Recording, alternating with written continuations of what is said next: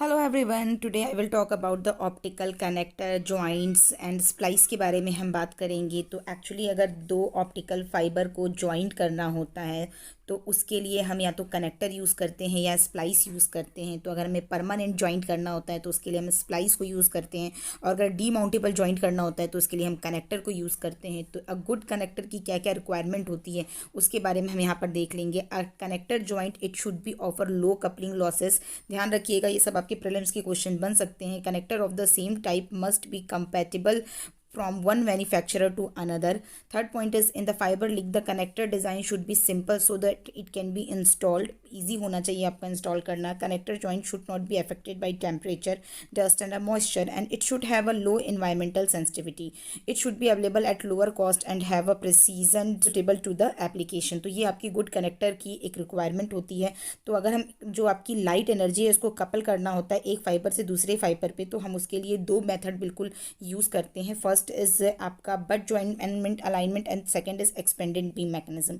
But jointment alignment में again आप दो टाइप से यूज़ कर सकते हैं। इसमें फर्स्ट आता है आपका straight sleeve connector and the second is tapered sleeve connector. तो अगर आप इस डायग्राम को देखेंगे तो आपको समझ में आएगा, जो आपका स्ट्रेट स्लीव कनेक्टर होता है वो एक्चुअली मेटल का होता है। So in a straight sleeve connector there is a metal, ceramic और a moulded plastic ferrule for each fibre and the ferrule fits into the sleeves. जैसा आप इस डायग्राम में देख रहे हैं कि यहाँ पर स्लीव्स कैसे फिट होती है। The fibre is epoxied into the drilled hole of the ferrule.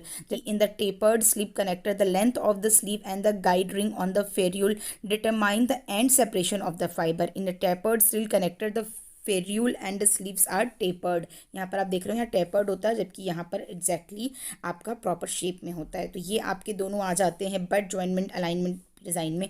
Next आपसे बात करती हूँ एक्सपेंडेड बीम कनेक्टर। तो एक्सपेंडेड बीम कनेक्टर में बेसिकली हम एक कोल्यूमिनेटिंग लेंस के थ्रू कनेक्ट करते हैं।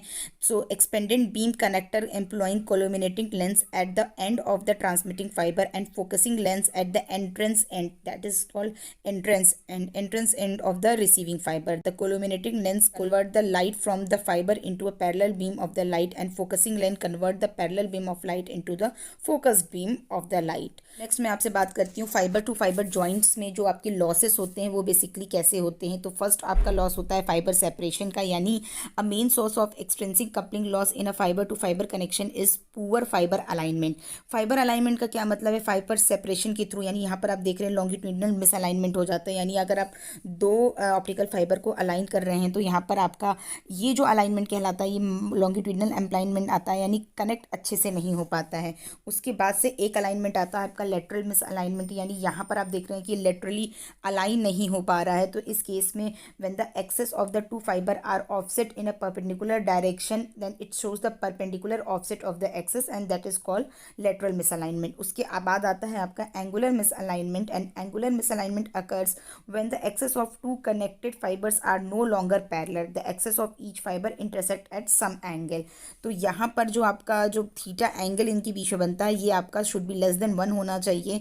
Coupling losses due to fibre alignment basically depend on the fibre type, core diameter, the distribution of the optical power among propagation modes. तो single mode fibre are more sensitive to alignment error than the multi mode fibre. ये चीज़ याद रखिएगा, जो single mode fibre है उनमें alignment की problem ज़्यादा आती है। However alignment error in the multi mode fibre connection में disturb the distribution of optical power in the propagating modes increasing coupling losses.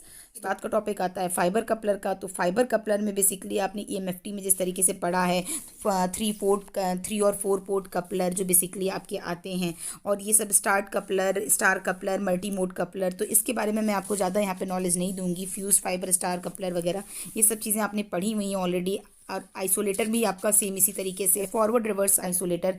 Next मैं आपसे जो बात करूंगी स्प्लाइसिंग की बात करूंगी। जो परमानेंट फाइबर को ज्वाइंट करने के लिए जो यूज़ होता है उस पर्पज़ को हम आपके लिए स्प्लाइसिंग यूज़ करते हैं। A fibre optic splice is a permanent fibre joint whose purpose is to establish an optical connection between the two individual optical fibre.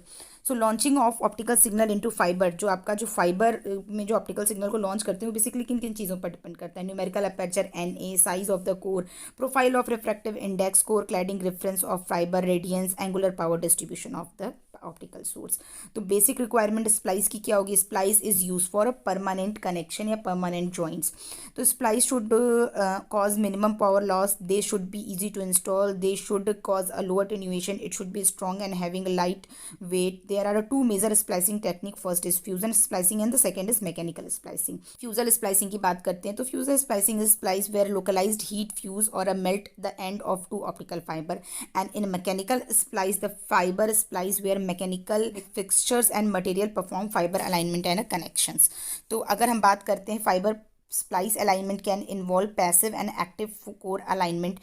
Passive alignment relies on the precision reference surface, either grooves or a cylindrical holes to align fiber core during splicing. Active alignments involves the use of light for accurate fiber alignment. Active alignment may consist of either monitoring the loss through the splice during splice alignment or by using a microscope to accurate align the fiber core for splicing. तो ये आपका splicing का concept हो गया, hopefully आपको समझ में आया होगा। तो यहाँ पर ये बस एक जो बेसिक डिफरेंस याद रखिएगा, splice is use for a permanent fibre joint and जो आपका कनेक्टर होता है वो डीमाउंटेबल जॉइंट्स के लिए यूज़ होता है। तो यहाँ पर ये वीडियो ख़त्म होती है। होपफुली आपको ये वीडियो पसंद आई होगी। पसंद आई है तो लाइक और सब्सक्राइब जरूर कीजिएगा। Thank you.